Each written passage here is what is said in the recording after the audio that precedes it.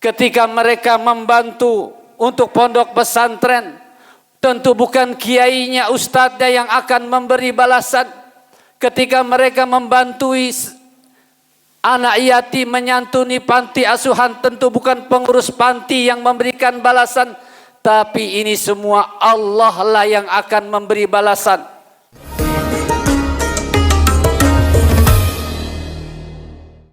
Allah lah yang akan berikan ganjaran melalui jalan yang gaib, jalannya Allah Subhanahu wa ta'ala, yang di dalam Al-Quran disebutkan min haitsu la yahtasib, jalan yang tidak disangka, jalan yang tidak diduga-duga. Allah cinta kepada mereka yang pemurah. Allah senang kepada orang kaya yang pemurah.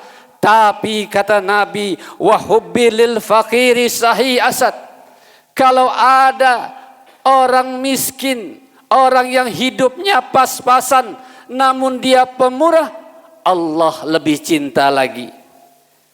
Hadirin rahimakumullah, kenapa demikian?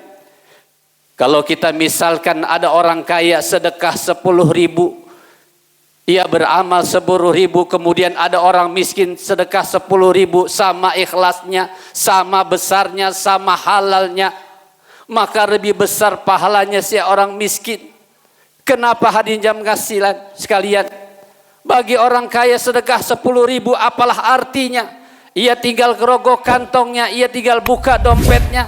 Tapi bagi orang yang miskin, orang yang hidupnya pas-pasan, untuk sedekah 10.000 ia harus kerja keras banting tulang, ia harus cari sana cari sini. Terkadang berangkat pagi pulang sore, panas kepanasan, hujan kehujanan, tapi dia berani beramal sedekahnya sebesar orang kaya. Maka inilah yang dinilai oleh Allah Subhanahu wa ta'ala. Allah cinta kepada orang yang pemurah. Tapi kalau ada orang miskin yang pemurah, Allah lebih cinta lagi. Ma'asyiral muslimin rahimakumullah, usikum wa nafsi bitaqwallah faqad fazal muttaqun.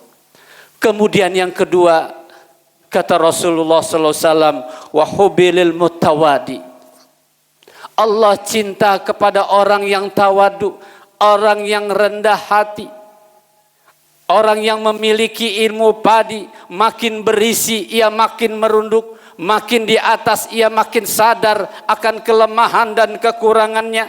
Allah cinta kepada orang demikian, orang yang tawadu, yang rendah hati, yang tidak sombong. Akan tetapi kata Rasul, wa hubbilil ghani mutawadi asyad, tapi kalau ada orang kaya yang tawadu, Allah lebih cinta lagi. Ada orang kaya yang rendah hati, Allah lebih sayang lagi. Kenapa hadirin sekalian? Kalau ada orang miskin yang rendah hati, tidak sombong, wajar. Memang sudah sepantasnya, tidak ada yang bisa disombongkan, tidak ada yang bisa dibanggakan. Tapi kalau orang kaya yang hartanya di mana-mana, kontrakannya di mana-mana, rekeningnya tidak pernah habis, rekeningnya di mana-mana, tapi dia bersedekah berani dan dia tidak sombong, inilah yang lebih dicintai oleh Allah Subhanahu wa ta'ala. Inilah kelompok yang kedua, orang yang tawadu, orang yang rendah hati. Ma'asyiral muslimin rahimakumullah. Kemudian yang ketiga, yang terakhir, yaitu wa hubbilit taibin, Allah cinta kepada orang yang bertaubat, orang yang insaf, orang yang melakukan kesalahan lalu ia sadar akan kesalahannya, lalu ia tidak ulangi lagi di masa akan mendatang. Allah cinta kepada mereka yang bertaubat. Tapi kata Nabi, wa hubbis saibit taibin asad, aku lebih cinta lagi kalau ada orang anak muda, remaja yang bertaubat, Allah lebih cinta lagi. Kenapa hadirin sekalian? Kalau ada orang tua bertobat memang sudah sewaktunya. Orang tua yang bertobat memang sudah wajarnya, tidak mengherankan bagi kita. Jadi kalau ada orang rajin sholat berjamaah ke masjid, sholat 5 waktu, puasanya Senin Kemis tidak pernah putus, berapa usianya, 60 tahun, 50 tahun, wajar.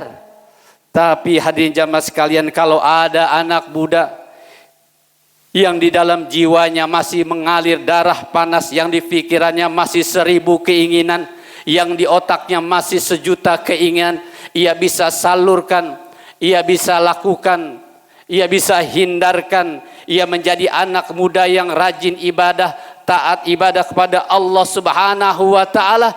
Inilah yang lebih dicintai oleh Allah Subhanahu wa taala.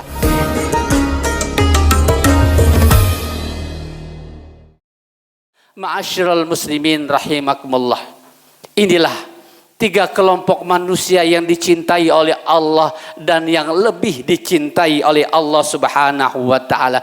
Mudah-mudahan kita termasuk salah satu di antara mereka atau termasuk ketiga-tiganya, sehingga kita kelak dipersikalakan oleh Allah Subhanahu wa taala masuk ke dalam surganya Allah Subhanahu wa taala, sebagaimana yang Allah firmankan di dalam surat Al-Fajr, ya ayyatuhan nafsul mutmainnah irji'i ila rabbiki radiyatan mardiyah fadkhuli fi ibadi wadkhuli jannah. Wahai jiwa-jiwa yang tenang, kata Allah, kembalilah kalian kepadaku dengan ridho dan diridhoi. Masuklah kalian ke dalam surgaku dan kalian kekal di dalamnya. Amin ya rabbal alamin. Inilah khutbah yang singkat, mudah-mudahan bermanfaat buat kita semua. Barakallahu li wa lakum bil Qur'anil azim wa naf'ani wa iyyakum bi ayati wa dzikril hakim wa taqabbala minna wa minkum tilawatahu innahu was-sami'ul alim. Aqulu qawli hadza astaghfirullah lakum wa lisairil muslimin wal muslimat wal mu'minin wal mu'minat fastaghfiru innahu wal ghafurur rahim.